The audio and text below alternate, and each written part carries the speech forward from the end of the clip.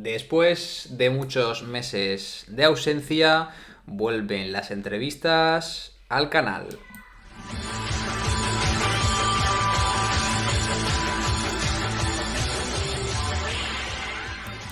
Bienvenidos a una nueva edición de Spanish Uppercut. Aquí estamos una semana más, un nuevo vídeo hablando de esto que tanto nos gusta, que tanto nos apasiona, del wrestling profesional. Como siempre, antes de nada, recordaros que os estéis suscribiendo al canal y dándole a la campanita para enteraros de cuando subimos nuevo contenido, siguiéndonos en nuestras redes sociales, @UppercutSpanish en Twitter y, como no, también apoyándonos en esa nueva pestaña de miembros de solo 0,99 euros al mes, la tabacalera Reviews de Wrestling Nacional. Dentro de poco estaremos hablando de ese primer show de temporada de Riot Wrestling en Barcelona, hasta los 4,99 del Tokyo Dome para tener ese apoyo completo. Mi nombre es Alex Jiménez y aquí estoy de vuelta, ya por fin asentado, nuevo setup, casa, dejamos el jaleo de los viajes y no me acompaña Rodrigo, sino que me acompaña una persona que es bastante más grande que yo, por lo menos en envergadura,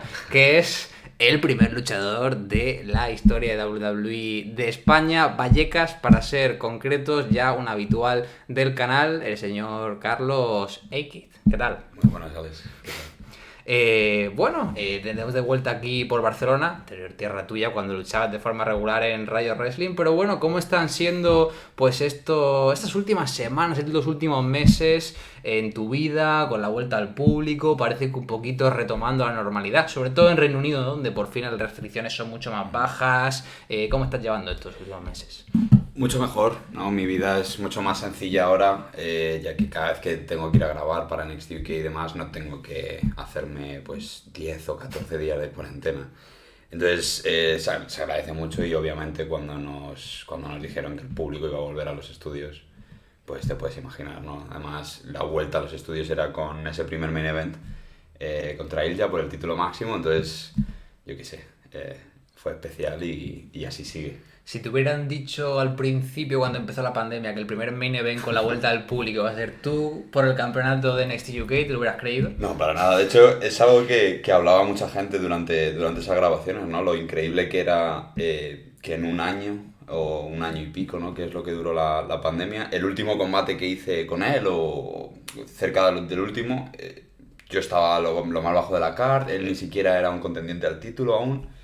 Y lo mucho que han cambiado, ¿no? Las tornas, y ahora pues abrimos el primer episodio con el main event.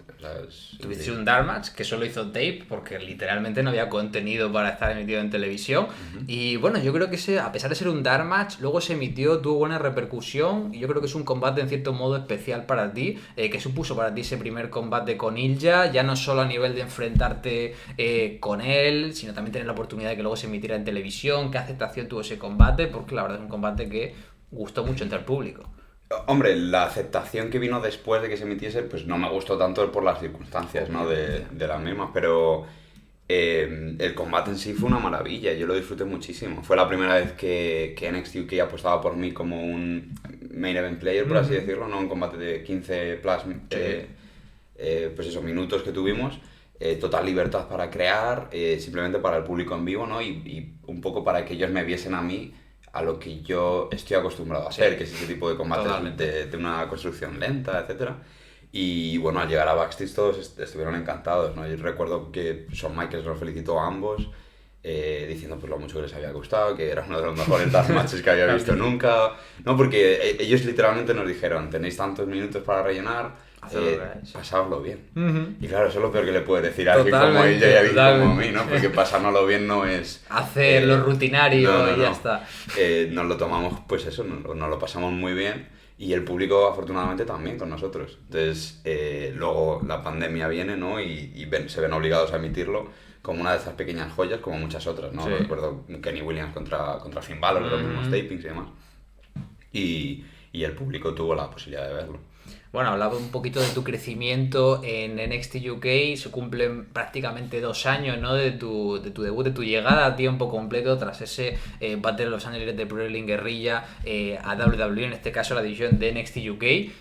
¿cómo valoras tú tu progresión estos 2 años, ¿no? Pero ya no solo puedes decir, no, me han dado exposición, me han dado oportunidades, sino a nivel de crecimiento como luchador, ¿no? Porque yo es algo que siempre he dicho, independientemente de que uno pues sea más afín o menos a WWE, pues el sistema que tiene el performance, a fin de cuentas, es el mayor centro de desarrollo de luchadores, a su estilo, ¿no? Pero a nivel mundial. Entonces, ¿qué cosas destacas tú de haber aprendido? Quizá que dijeras al llegar, yo creo que sé hacer esto, y de repente poner un pie en el performance, trabajar en televisión con esos productores y darte cuenta de decir, realmente no tenía ni idea. Hombre, yo creo que lo más obvio es el estilo de wrestling que tengo, ¿no? El estilo técnico. Yo pensaba que era decente en ese estilo y me di cuenta de que realmente no lo era, porque no era capaz de trabajar ese estilo para cualquier tipo de público. Y eso fue lo primero que afortunadamente me enseñaron, pero lo digo mucho además, ¿no? Yo cuando firmé por WWE tenía la idea de que todo en mí tenía que cambiar, ¿no? Porque era muy distinto a luchar en Madrid o Barcelona. Y es verdad que cambió, pero cambió más a lo que yo era. O sea, yo recuerdo conversaciones con William Regal y demás diciéndome, tienes que ser más tú de lo que eres ahora mismo. Y yo no lo entendía muy bien, como que más, sí, tienes que fomentar esto, tal, no sé qué. Y una de esas cosas es el wrestling técnico, ¿no? Yo no le presté la atención suficiente como para, pues no sé si estás trabajando contra un rival, ya sea malo o bueno, delante de niños, delante de adultos, etcétera, a moldarte un poco a lo que tienes enfrente. Y luego fuera de eso, pues obviamente tema promos, tema trabajar con cámaras, tema trabajar con la gran maquinaria que es WWE, ¿no? El tener que hacer, por ejemplo, un combate, luego una promo, luego cambiarte de ropa para la siguiente promo, luego el siguiente combate en el mismo día. Sobre todo hacer grabaciones de televisión, ¿no? Que es otro ruego distinto. O luego a lo mejor un día que no grabas, ¿no? Y también saber afrontar el estar ahí sin hacer nada, ¿no? Pero sí, aprender a trabajar en lo que es una empresa de wrestling al nivel que es WWE, que es la mejor del mundo. Entonces, es lo que eso te puede enseñar, pues es increíble, ¿no? Yo creo que estoy preparado para cualquier cosa que me echen a día de hoy a mi nivel. ¿Te habías preparado, por ejemplo, para si te llamaran algún día para trabajar en televisión en Estados Unidos? ¿Tú crees que ahora, a día de hoy, estarías preparado para afrontar ese reto? Yo creo que sí. O sea, si te refieres a trabajar en directo, yo creo que sí. Porque sé que es similar, sé que es mucho más caótico, sé que todo puede cambiar de un momento para otro, con un chasquido, ¿no? Pero yo creo que sí, porque ahora mismo estoy relativamente cómodo con lo que estoy haciendo, ¿no? Incluso aunque sean combates largos, sean combates difíciles y demás, yo me siento cómodo, no siento unos nervios increíbles antes de salir a luchar. Entonces creo que eso es lo primordial antes de dar el salto a televisión en directo, que no tengas esos nervios. ¿Y fue difícil acostumbrarte a trabajar pues con toda esta maquinaria detrás y sobre todo el hecho de un producer, ¿no? Porque la escena independiente donde venías trabajando ya no simplemente a nivel español, sino estabas trabajando ya a nivel internacional también con grandes nombres, no existen este tipo de figuras, ¿no? Cualquier persona que conozca un poco el mundo independiente sabe que los backstage de las indie, incluso de las más grandes, son muy parecidos a los que tenemos aquí en España. Entonces, ¿se te hizo difícil el hecho de acostumbrarte? Obviamente yo entiendo que tú irías mentalizado con ello, ¿no? Pero de tener un producer, una persona que te diga, pues tienes que trabajar este minutaje concreto, queremos que trabajes de esta forma, tener que explicarle a otra persona lo que él quiere, lo que tú tienes que hacer el combate, tener, obviamente ahora tienes otro estilo diferente, ¿no? Pero prácticamente tener que ir ya al ring sabiendo más o menos lo que va, sobre todo al principio, no entiendo que sería mucho más acotado. ¿Te costó hacer este cambio?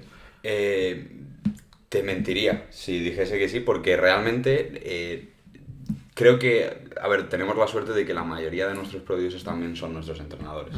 Entonces, si te ganas la confianza de esos entrenadores, pues van a confiar en ti a la hora de producirte en televisión, ¿no? Y uno de mis primeros combates, que fue contra Jack Stars en televisión, fue totalmente improvisado. No me gusta la palabra improvisado, pero lo fue, ¿no? Teníamos X minutos, no recuerdo muy bien cuántos, y sabíamos el final, y yo me lo pasé muy bien en ese combate, ¿no? Y no era muy distinto de lo que había estado haciendo en las indies, simplemente, pues eso, bajo todas las cámaras de WWE, todos los producers y demás. Pero luego, por ejemplo, en esa misma noche, tuve un combate contra Jordan Devlin que fue todo lo contrario. Entonces, yo disfruto de tener un producer a mi lado. Igual que disfruto de tener un compañero con el que hablar ideas del combate y demás. Es simplemente es un compañero más que suele saber mucho más que tú. Entonces, si tienes las orejas abiertas y escuchas a todas sus ideas, seguramente te vaya a ir muy bien. Y yo creo que a día de hoy me costaría luchar sin ese Sí, un producer, ¿no? producer, Porque claro. es una boca menos que me está diciendo ideas buenas para el combate. Como ese tercer luchador, pero que no se sube al ring, Sí, ¿no? Que sí, te está además dando las además ideas. es lo mejor porque sabes que sus ideas no tienen malicia, No, ¿sabes? Sus ideas no son, no, no. no, es que quiero hacer este movimiento. Es No, lo que no, quieren mejorar el producto que estás exacto. presentando, ¿no? Y no sé, es lo que te digo, ¿no? Creo que no sabría a día de hoy luchar como lucho sin la figura esa.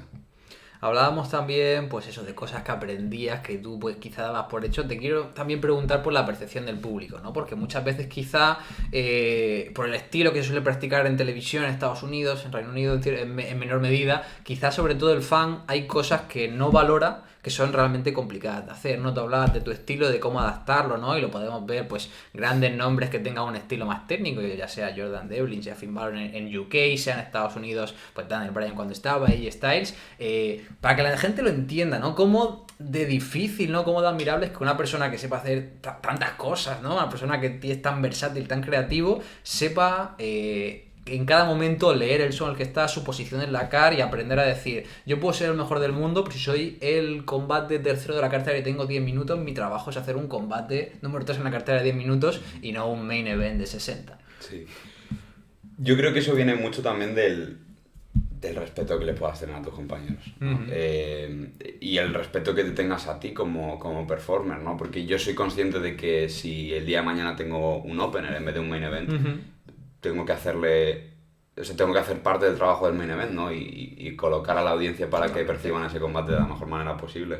Es algo que desafortunadamente, sobre todo en las independientes y demás, no ves. No ves este opener que intenta robarse el show y eso lo que hace es que tenga muy buena reacción online, pero luego el main event, el público está muerto, ¿no? Y no porque el combate sea malo, simplemente porque han visto Llevan 5 combates exactamente iguales.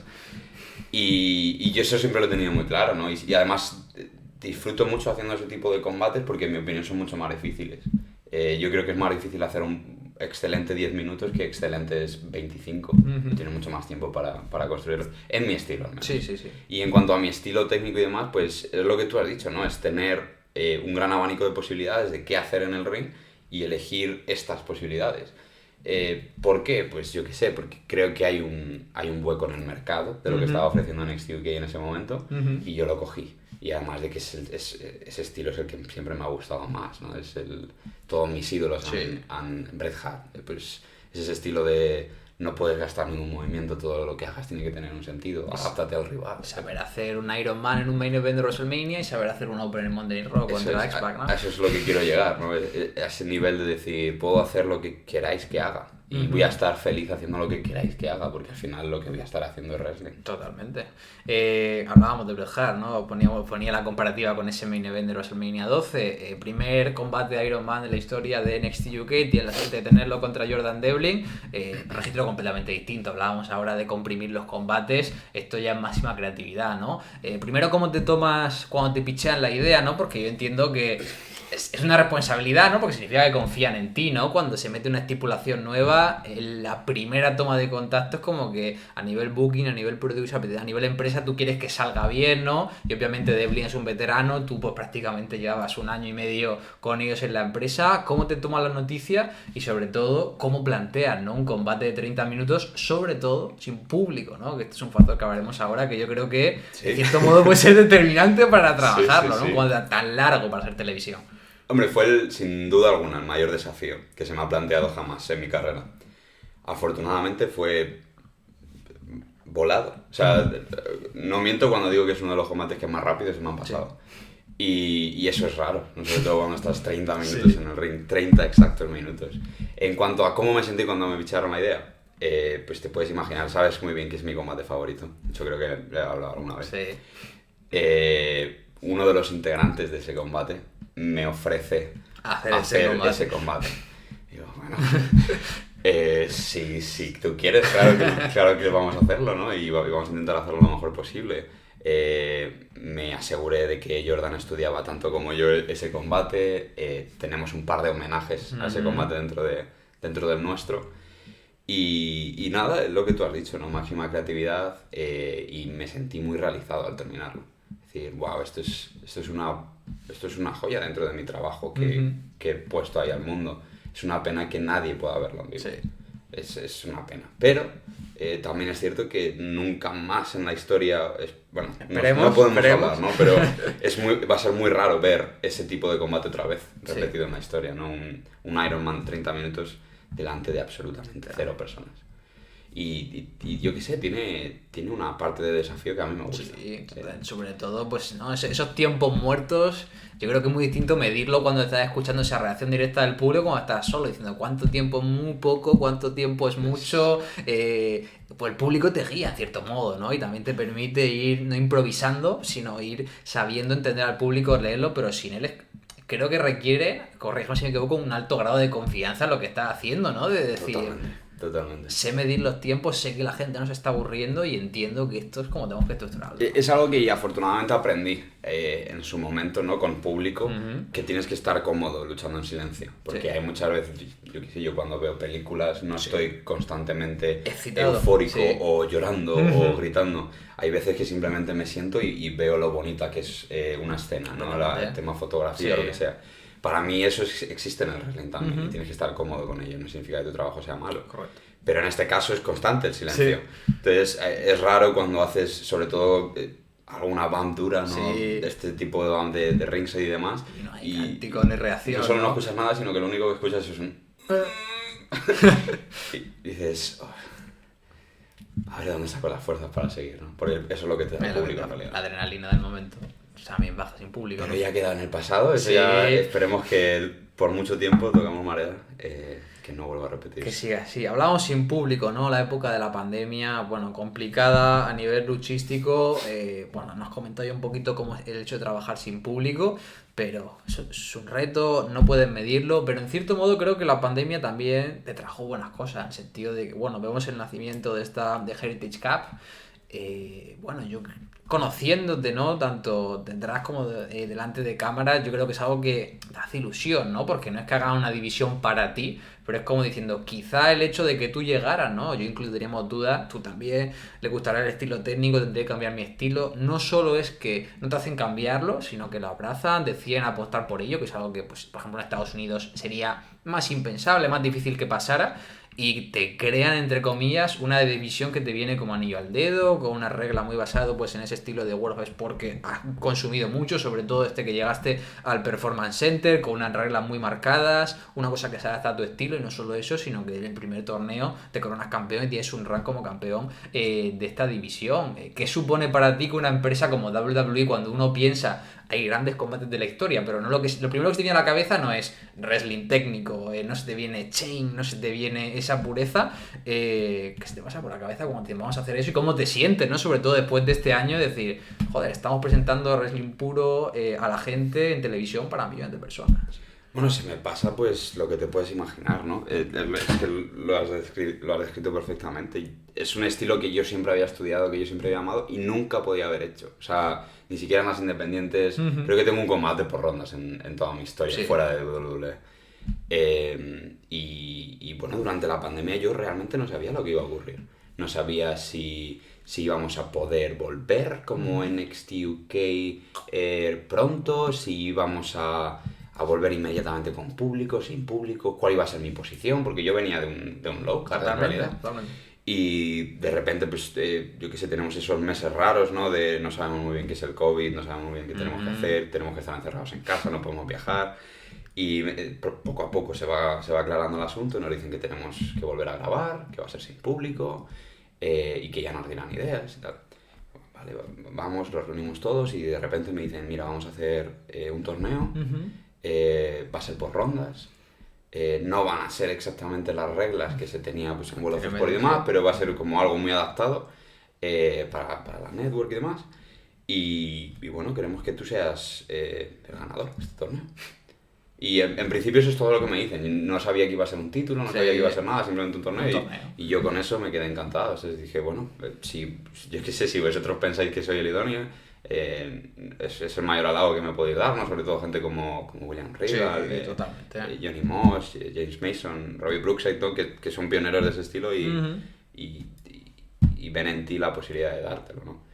Y nada, comienza el torneo, el primer combate va muy bien contra Flash, el segundo combate va muy bien contra Noam, y la final es no sé, ese momento especial, ¿no? Para mí con Trent, y a partir de ahí me dicen, bueno, queremos que esto sea parte de NXT UK por la buena acogida que ha tenido. Entonces eso es el mayor halago que pueden hacer a mi trabajo, ¿no? Cuando te dan algo para jugar con ello, como, bueno, vamos a intentar esto, a ver qué tal funciona, sin ningún otro objetivo, y dicen, queremos que esto sea parte de la marca, hasta el punto de que ahora mismo me atrevería a decir que no es que sea un título intermedio, es que es otro título. Totalmente. En mi opinión no tiene otro nivel la Heritage Cup o el título de NXT UK, simplemente son estilos distintos.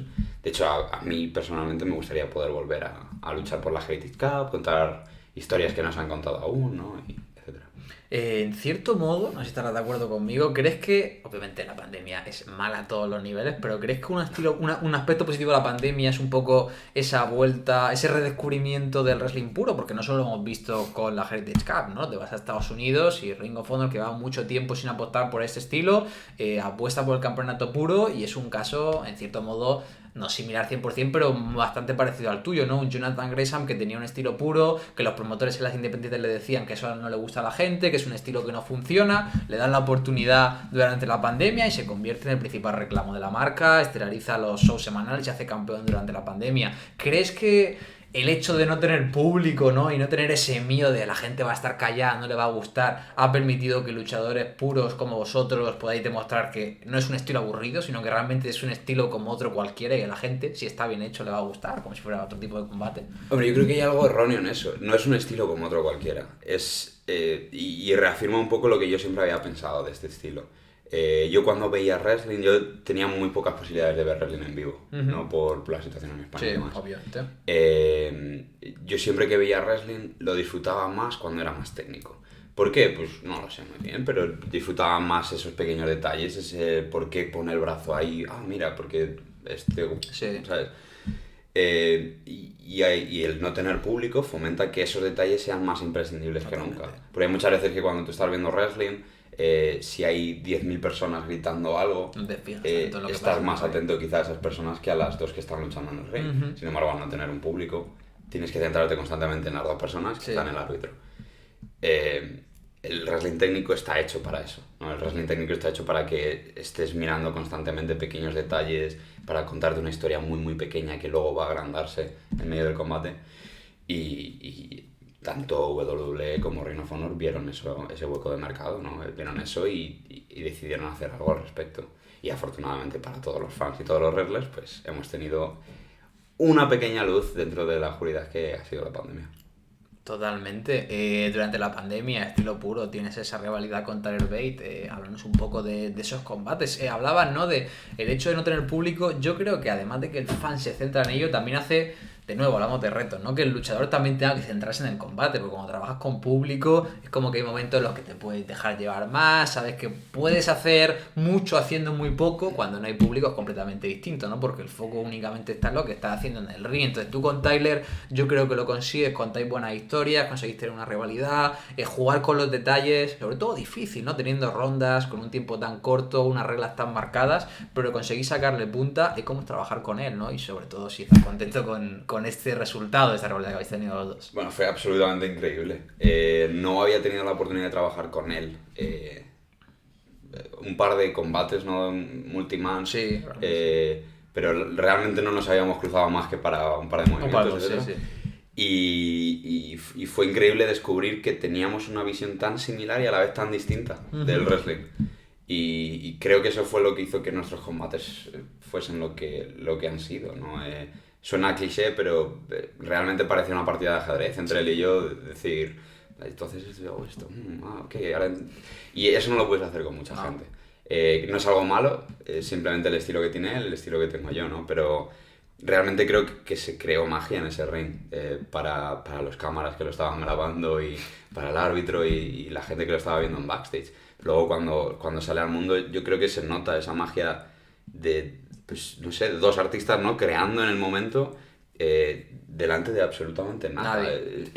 No sé, creo que tiene algo bonito eso.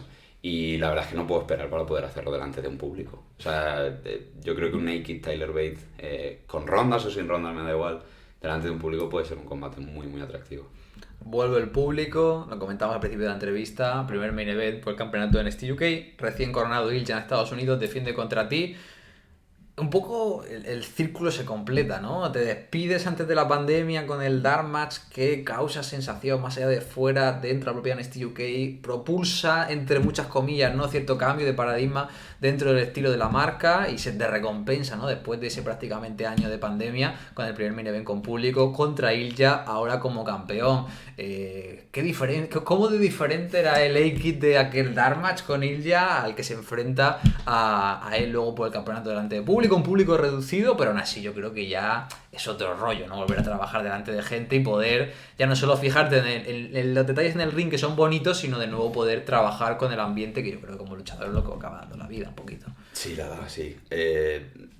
Realmente creo que en ese momento no había nada que pudiese hacer Ilja o el mundo en general que a mí me hiciese parar, ¿no? Ese es el nivel de energía que tenía. Tú lo has dicho, ¿no? Es mucho tiempo, incertidumbre, qué va a ocurrir y de repente ves eso, ves que ese es el final de la pandemia, ¿no? Para mí como un luchador. Volver delante del público, volver a luchar con alguien como es Ilja y con un escenario totalmente distinto, ¿no? La más alta posición del card, todo el respeto de nuestros compañeros, todo el respeto del público, de los producers, etc.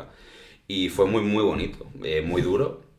Por el estilo, ¿no? Que estábamos hablando de Tyler Bate, son totalmente opuestos, ¿no? Pero a mí me gusta cambiar, ¿no? Porque yo siempre lo digo, soy técnico, es lo que siempre intento mostrar en el ring, pero yo también disfruto luchando, haciendo movimientos de lucha libre mexicana, dando saltos, pegando golpes, ¿no? Yo disfruto el wrestling, no necesariamente tiene que ser técnico. Y ese combate lo disfruté, dentro de lo que se puede disfrutar, tanto dolor, lo disfruté bastante. Pues quería cerrar simplemente este capítulo sobre NXT UK hablando de lo que representa un poquito NXT UK dentro de WWE y dentro del wrestling, ¿no? Porque yo creo que nadie cuando empezó el proyecto de NXT UK pensaría en lo que se convierte a día de hoy, no digo en tamaño, no digo en repercusión, ¿no? Pero yo, por ejemplo, que me gusta un estilo de lucha libre determinado, pues, sobre todo ahora pues, estamos viendo el cambio de paradigma de Estados Unidos, ¿no? Con la transformación del NXT americano, con vuelta un poquito al territorio de desarrollo, la forma de talento para intentar crear estrellas para main roster. NXT UK obviamente sigue teniendo el objetivo de crear talento para Estados Unidos, porque a fin de cuentas es lo que tiene una subdivisión regional, pero yo creo que aporta algo distinto, ¿no? Como fan, como persona desde fuera, pues yo creo que es como ahora mismo el único producto, aunque eso sonará cliché, ¿no? Pero pienso sinceramente que es el único producto de WWE que realmente dice: vamos a hacer ese wrestling, ¿no? Como NXT en su día quería ser esa indie llevada al mainstream, pues yo creo que es como ese recoveco en el que los luchadores van a tener más libertad, pueden hacer wrestling y crear ese tipo de luchadores que van a Estados Unidos, quizá no para ser súper estrellas en el sentido grande de la palabra, pero esos William Regal, esos Cesaro, esos luchadores que hacen falta en todo el roster, como comentamos, para trabajar en toda la car y que te aseguras que lo pongas con quien lo pongas, te va a dar un buen combate. ¿Compartes un poco la visión o cómo crees tú que es ahora mismo el puesto de NXT dentro del mundo del wrestling para NXT UK? Yo creo que dentro de WWE, de hecho, lo que hacen muy bien es crear este tipo de divisiones, ¿no? Para, yo que sé, por ejemplo, estoy empezando a entrar dentro del mundo de Warhammer, ¿no? Y es muy similar, ¿no? Sé que es una idea, ¿no? de lo que estábamos hablando, pero es muy similar. Tienes 40K, ¿no? Que es como más, pues eso, tecnológico, tal, de futurista. Luego tienes fantasy. Creo que la gente a día de hoy es así, ¿no? El wrestling ya no es como en los años 80. El wrestling ya no es a todo el mundo le va a gustar Hulk Hogan. Sí, y todo el mundo va a odiar a X villano, ¿no? Sí. El wrestling es mucho más amplio que eso, y dentro incluso de las dos marcas principales, como pueden ser Raw y SmackDown, ves bastantes diferencias, ¿no? Ves que una tiende más a un estilo y la otra tiende más a otro. NXT UK tiende al estilo, pues, europeo. Total. Lo que siempre se ha hecho en Europa, acomodado a los tiempos de hoy, ¿no? Es decir, también tenemos nuestros personajes un poco así extraños, nuestras promos, historias, etcétera. Pero es cierto que gran parte de lo que hacemos se basa en campana a campana, ¿no? Empieza la campana, se acaba el combate y contamos la historia en ese hueco, ¿no? Y que que para mí es mi tipo de wrestling favorito, ¿no? Pero